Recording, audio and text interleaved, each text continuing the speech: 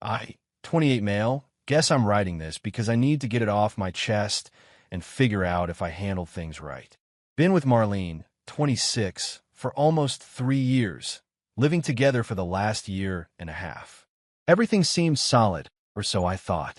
Last Friday night, she texted me around 7 p.m. saying she was heading to her mom's place because her mom, Dottie, 52, wasn't feeling well. Nothing unusual there. Marlene's super close with her mom and visits her at least twice a week. I was planning a chill gaming night with the boys anyway, so I just sent back, hope she feels better. Love you. Here's where it gets interesting. About an hour later, I'm setting up my console when I notice Marlene's iPad on the coffee table.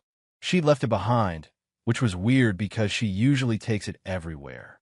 The Find My app was still open from when she'd used it earlier to locate her AirPods. And right there on the screen, I could see her Apple Watch location. The Meridian Hotel downtown, not her mom's house in the suburbs. My first thought was maybe she stopped somewhere on the way. But when I checked again 30 minutes later, still at the hotel. Specifically, at their rooftop bar, you could tell from the floor indicator on the detailed view. Now, I could have called her right then. Could have driven down there. But something made me pause. If she was lying about being at her mom's, there was a reason, and I wanted to know what that reason was before I showed my hand. So instead, I took a screenshot of the location, circled the hotel bar, and sent it to Dottie with a message. Looks like she missed your exit, winky face. Hope you're feeling better. The response was immediate. 3 missed calls from Dottie in the span of 2 minutes. When I finally picked up, she was confused as hell. What do you mean? I'm not sick. I haven't talked to Marlene since Tuesday. I explained the situation. Dottie went from confused to pissed. Like scary pissed. She said she'd handle it and hung up. 20 minutes later, my phone exploded. Marlene calling, texting, calling again. I let it all go to voicemail. The text started friendly-ish. Hey babe, mom's feeling better. Heading home soon. Then concerned. Why aren't you answering? Is everything okay? Then frantic. Ethan, please pick up. This isn't what it looks like. I can explain everything. Please answer your phone. I turned off my phone and continued gaming. When I turned it back on around midnight, I had 37 missed calls, 52 texts, and 8 voicemails. The last voicemail was her crying, saying she was outside our apartment door, and I needed to let her in because she forgot her keys. I looked out the peephole. Yep, there she was. Makeup smeared, dress way too nice for taking care of a sick mother. I opened the door, said, "Your stuff will be in boxes by Monday," and closed it in her face. The pounding and yelling that followed probably woke up half the building, but I just put on my noise-canceling headphones and went to bed in the guest room. Saturday morning update coming soon. It gets worse. Update 1. Woke up Saturday to find Marlene had slept against our apartment door. The building manager was there when I opened it, and she literally fell backwards into the apartment. Carl, the building manager, looked embarrassed and said several neighbors complained about the noise. I apologized, helped Marlene to her feet, and told her she had 1 hour to pack essentials. That's when the entitlement started. She actually had the audacity to be mad at me. "You humiliated me," she screamed.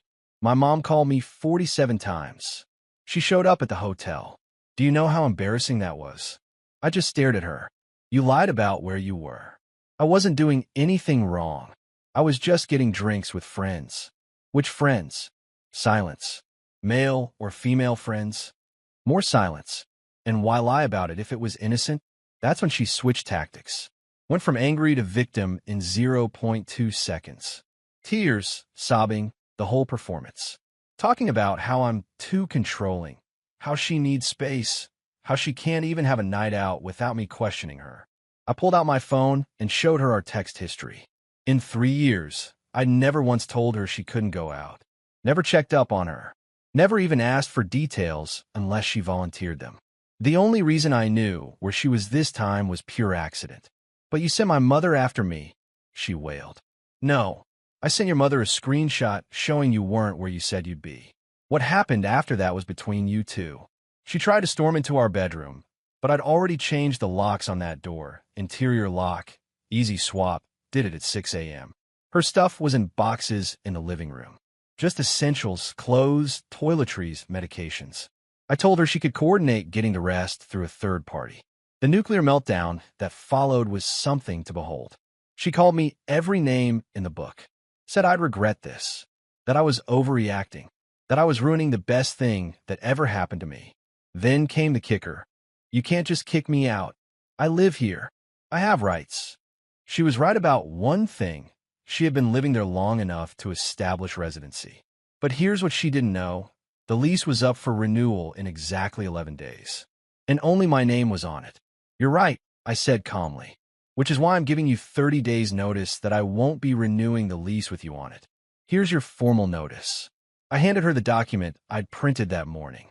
The look on her face was priceless. She grabbed her boxes and left, but not before delivering one final threat. Tanner's going to hear about this. Tanner, 31, is her older brother. Ex-Marine, personal trainer, thinks the sun rises and sets on his baby sister. I've been expecting this card to be played. Cool, I said. Tell him I'll be at the gym Monday at 6 a.m. like always. She slammed the door so hard a picture fell off the wall. But the story doesn't end there. Because Saturday afternoon, I got a call from an unexpected source, the bartender from the Meridian Hotel. Update 2. Saturday afternoon, I was deep cleaning the apartment. Amazing how therapeutic throwing away someone's forgotten hair ties can be when my phone rang. Unknown local number. Hello. Hey, is this Ethan? Marlene's boyfriend. Ex-boyfriend. Who's this? My name's Jerome. I'm a bartender at the Meridian. Look, I probably shouldn't be calling, but my conscience is killing me. My stomach dropped. What's going on? Your ex was here last night with some dude. They were all over each other until this older lady showed up and caused a scene. Security had to escort them all out. But here's the thing, this wasn't the first time. What do you mean? I mean she's been coming in every Friday for the past 2 months. Always with the same guy. Always paying cash. Always left together around 11. I remember because she tips like crap and acts entitled as hell to my staff. I thanked Jerome and hung up. 2 months. Every Friday. All those times she was at her mom's, or out with the girls, or working late. But wait, it gets better. Sunday morning, I woke up to a text from Dottie. Can we talk? I have information you need to know. We met for coffee. Dottie looked exhausted and pissed in equal measure. She slid a folder across the table. I did some digging after Friday night, she said. The man she was with?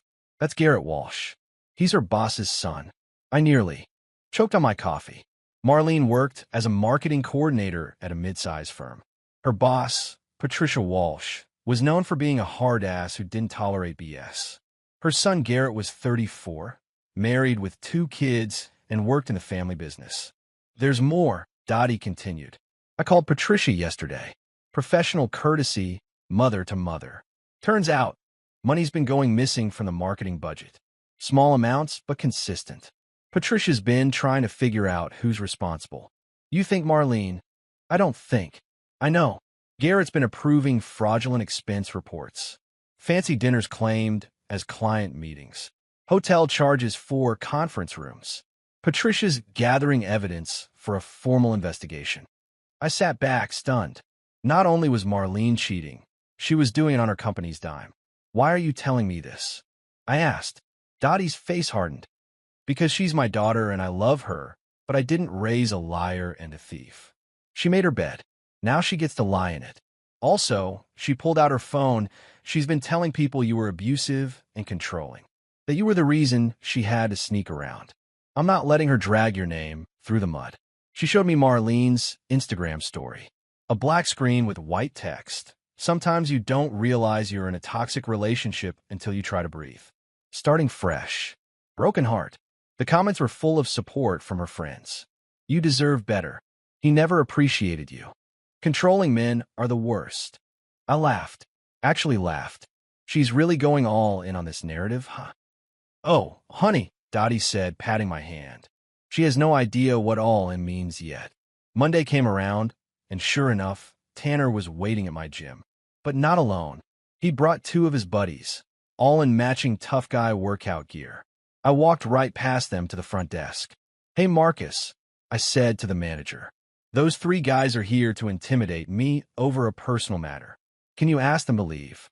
Marcus, bless him, didn't even blink. Absolutely. The look on Tanner's face when security approached was chef's kiss. He tried to argue, saying he was a member, but Marcus pulled up his account. Actually, your membership was revoked 6 months ago for aggressive behavior towards staff. You're trespassing. Turns out, Tanner had been banned for roid raging at a trainer. Marlene had been using her key fob to let him in anyway. Another policy violation to add to the list. They left, but not before Tanner shouted, "This isn't over." It was, in fact, about to be very over. Update 3. By Tuesday, Marlene's world was collapsing faster than a house of cards in a hurricane. Patricia Walsh had moved forward with the investigation. Turned out Marlene and Garrett had stolen close to $8,000 over 2 months through fake expense reports. Not enough to live lavishly, but enough to fund their Friday night hotel adventures and weekend trips I thought were girls' weekends. I know this because Patricia called me personally. Why? Because some of those expense reports listed me as a client they were entertaining. My LinkedIn, my supposed company connections, my name forged on dinner receipts. I need you to confirm you've never had any business dealings with our firm, Patricia said, her voice ice cold. Never. I work in software development. We have no overlap. Would you be willing to sign an affidavit to that effect? Send it over. Wednesday morning, Marlene was fired. Garrett was fired. Patricia filed charges for embezzlement and fraud. But here's where Marlene's entitlement reached new heights. She actually showed up at my office. Security called up to warn me. I told them to let her wait in the lobby, but not allow her upstairs. I watched on the security feed from my desk as she sat there, designer bag, probably bought with stolen money, clutched in her lap, checking her phone every 2 minutes. After an hour, I went down. Marlene. She jumped up, started toward me with arms outstretched like we were in some rom-com. I stepped back. "How could you do this to me?" she hissed. "Do what?" "Tell the truth when asked." "You got me fired. I'm being charged with crimes." "You got yourself fired. You committed crimes." "It was just." Garrett said it was fine.